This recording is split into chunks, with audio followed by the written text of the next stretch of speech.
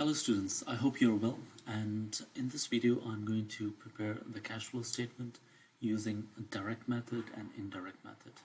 And I'll be preparing the first part of the cash flow statement, which is cash flow from operating activities. So this is a question Biotech PLC, and if you'll notice, the requirement is using the direct method and indirect method, prepare a cash flow from operating activities for Biotech PLC for the year ended 2016. Now, once you have read the requirement, my advice to students is to draw the format, because that will provide you a guidance as to what to calculate next. So you can see that I have drawn the formats of both direct method and indirect method. So I'll start off with the direct method, and as you can see that in the direct method the requirement is to calculate the cash receipt from our customers and cash paid to the suppliers and cash paid to employees. Right, so I can either calculate cash paid to suppliers or cash receipt from customers. Now, to do that, my suggestion to students is to always open a T account,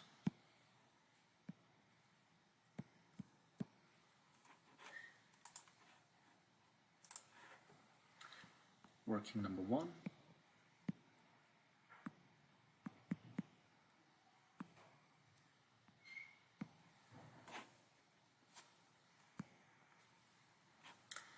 Okay.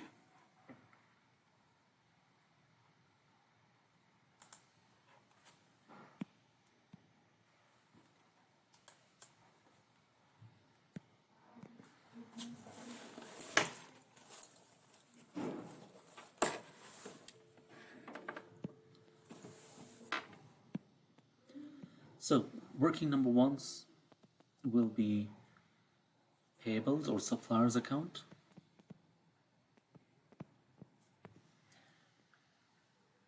And here's the T account. And then I can open the working number 2, which is receivables account. Remember, receivables and customers are same.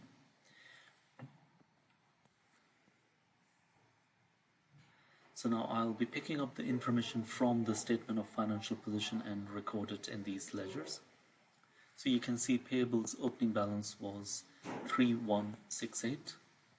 Payables is a liability account, and therefore the opening balance will always appear on the credit side. And the brought down closing balance, which is CD, will always appear on the debit side.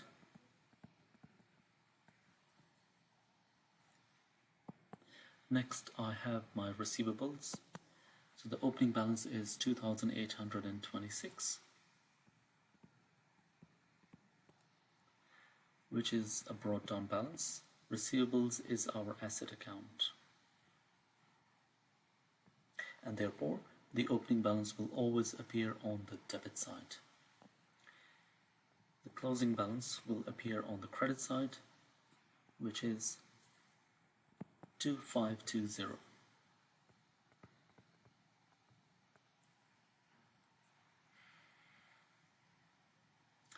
Now, to find out my purchases, if you remember that in income statement we have an equation which is opening inventory plus purchases less closing inventory gives us the cost of sales. So I'm going to call it working number 3. Opening inventory plus the purchases less closing inventory gives us cost of sales. So let's write down the opening inventory, and you can see from the statement of financial position the opening inventory is 3,816, 3,816 plus P for purchases, and the closing inventory is 4158, and the cost of sales figure can be picked up from the income statement, which is 6966.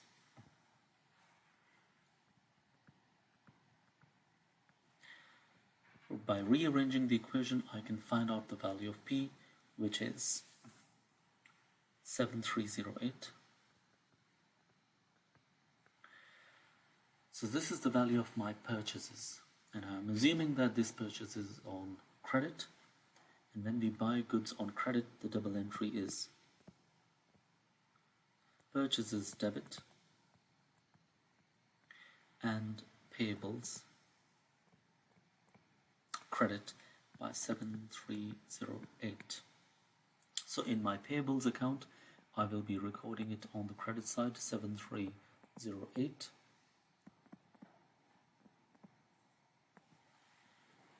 And by closing the account, I need to find out the amount I have paid to my payables, my suppliers. So it's 10,476. 10,476. Take away 3,276 is 7,200. Bank. 7,200 is the amount which has been paid to my suppliers. Now, I can record it over here, 7,200. Now, the reason I have recorded it over here is because there is another payment which we have made to other suppliers which we need to record, and I'll show you in a second. For the receivables, I need to pick up this revenue information. 18,036. This sales revenue figure needs to be recorded in the receivables account. 18,036.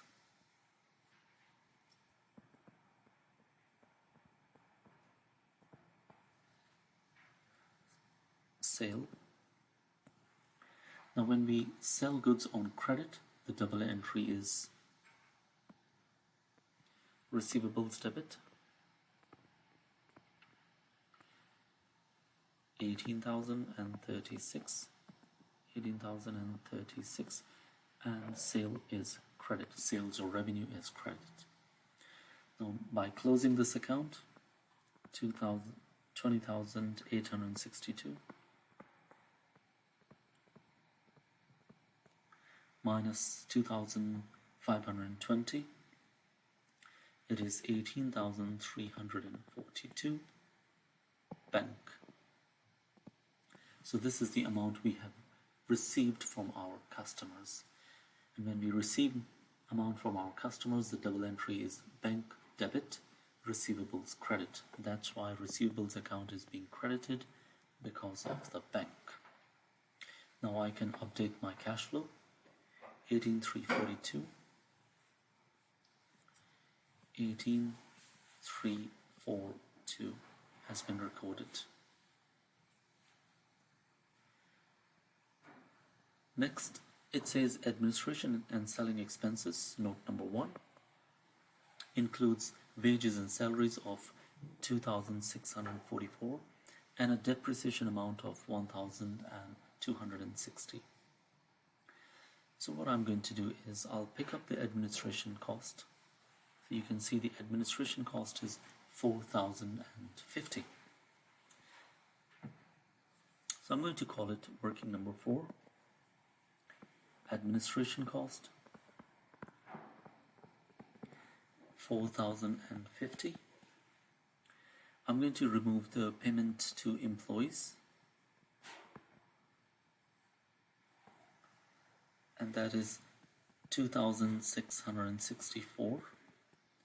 And while I have recorded 2,664, I can update my cash flow.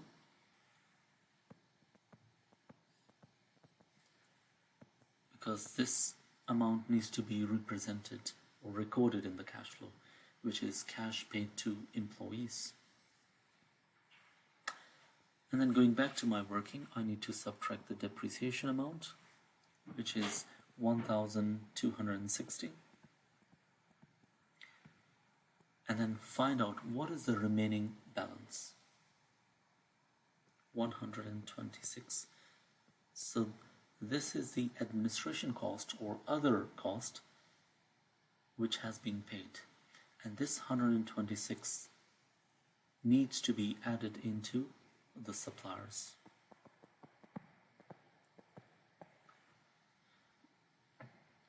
So you can call it administration cost of 126 or other cost that needs to be recorded in the suppliers. We cannot record it separately because it is not appearing in the format of the cash flow using direct method to record administration expense cost. Therefore, administration cost has become part of the supplier's cost, supplier's payment. So 7,200 plus 126 gives me 7,326, and that is the payment cash outflow. That's why it is appearing in bracket. Next is to work out the interest paid and the tax paid. So I'm going to open T accounts. I'll call it working number 5, and that is interest paid. And the tax, working number 6, tax.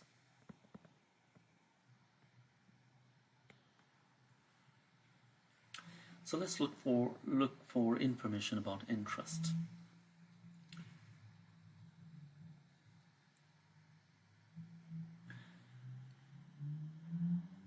So you can see we have information about interest. There was no opening balance and there is a closing balance of 54.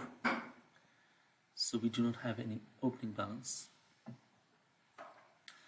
So because interest payable balance is appearing under current liabilities, and therefore it's a liability in nature. So the opening balance is 0 and the closing balance will be 54 appearing on the debit side. Now let's look into our income statement and see how much interest has been recorded as an expense. So you can see this is the income statement and the expense has been recorded, £324. So this has been recorded in the income statement. That means income statement is debit and interest account is credit. 324 income statement. Now I have to close this account. 324 minus 54 gives me 270. This is the interest paid during this year, 270. So let's update our direct method. £270. Now we need information about our tax, and you can see that the tax account, there is an income tax payable. Opening balance is 990 and the closing balance is 594. And you can see it's appearing under liability, so income tax account is liability in nature. Therefore, the opening balance will appear on the credit side. 990. Carried down balance is 594. Now let's find out how much tax expense has been recorded in the income statement. And you can see 594 has been recorded in the income statement. That means income statement was debited and tax account was credited 594. So I'm going to close this account, and therefore 990 is the amount paid for the tax this year. 990. I'm going to write 990. I should be giving reference of the workings.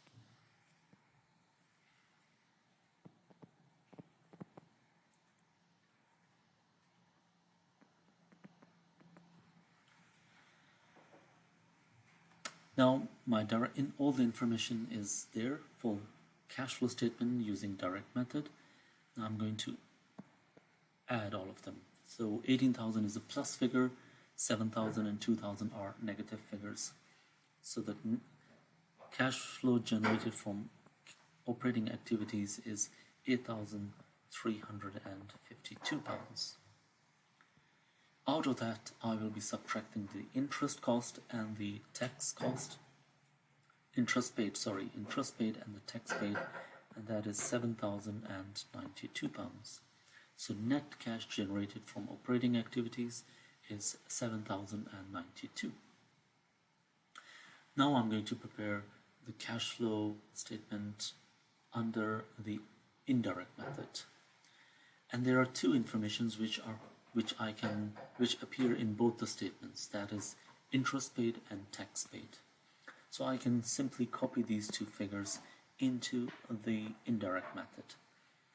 270 pounds, working number 5,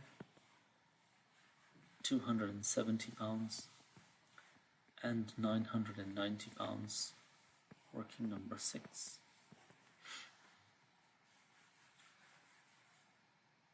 Now, looking at the indirect method of cash flow, the starting point is profit before tax. So this information will come from the income statement.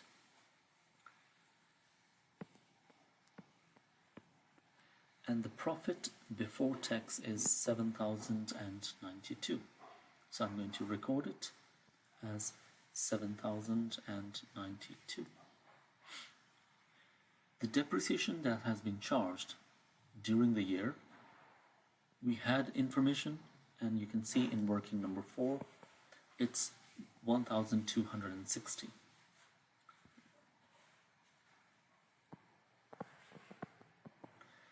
$1,260, and I'm going to add it back into profit before tax because in the income statement it was subtracted. Interest expense, the expense which is recorded in the income statement, and I'll repeat, the expense recorded in the income statement can be different from the expense paid.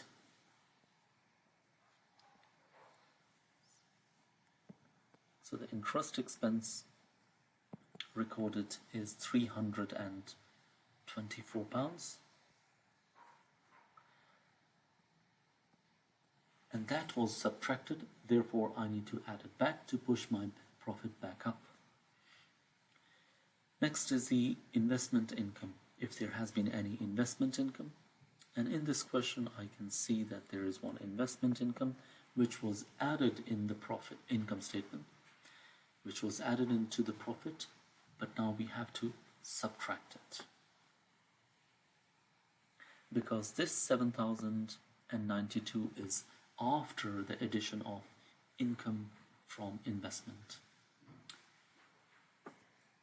So now we started with profit before tax, so any adjustments which were made before 7,092 needs to be added or subtracted. So 396 will be subtracted. Now the next thing I need to look for is the inventory, increase or decrease in inventory, increase or decrease in receivables and payables. I have not recorded whether it's increase or decrease because I need to look at my statement of financial position before I record it in this cash flow statement. So let's look at our inventory. So the closing inventory figures will come from the statement of financial position. And as you can see that opening inventory figure is 3816 and the closing inventory figure is 4158. So the inventory level is increasing. And if the inventory level is increasing, that means we are buying too much inventory. And if we are buying too much inventory, that means there is a cash outflow, so which is negative for cash flow. So increase in inventory is negative.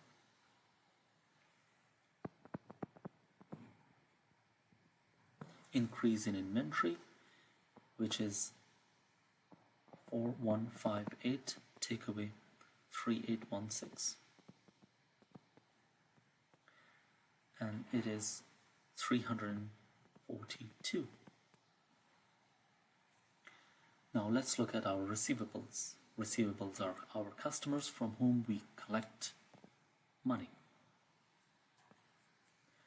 So receivables balance was 2826, which has gone down to 2520. That means I'm collecting money from my receivables. That's why my receivables balance has gone down. Now this is a positive sign for cash flow because there is a cash inflow. So I'm going to write decrease in receivables, 2826, take away 2520, and that is £306 coming into the business. Next is payables. Now let's look at our payables. The payables balance was 3,168, which has increased to 3,276. So there has been an increase in payables balance. Payables are suppliers to whom we pay money. And if the balance is increasing, that means we are not paying money. From cash point of view, it is a good thing because cash is within our business. It hasn't gone out of our business. So increase in payables. Increase in payables, which is 3276, take away 3168, and that is £108. Now I'm going to add all of them, and if there is any figure which is in brackets, I need to subtract that. And the total of this is 8352. Take away interest paid and tax paid, it is 7,092. And now you can see that under direct method and indirect method, the net cash flow from operating activities is exactly the same. It's just that the method is different, but you'll get the same answer. I hope you enjoyed this video and learned how to prepare cash flow statement, especially the operating cash flow from operating activities using direct method and indirect method. Please do not forget to subscribe and like the channel. Thank you very much.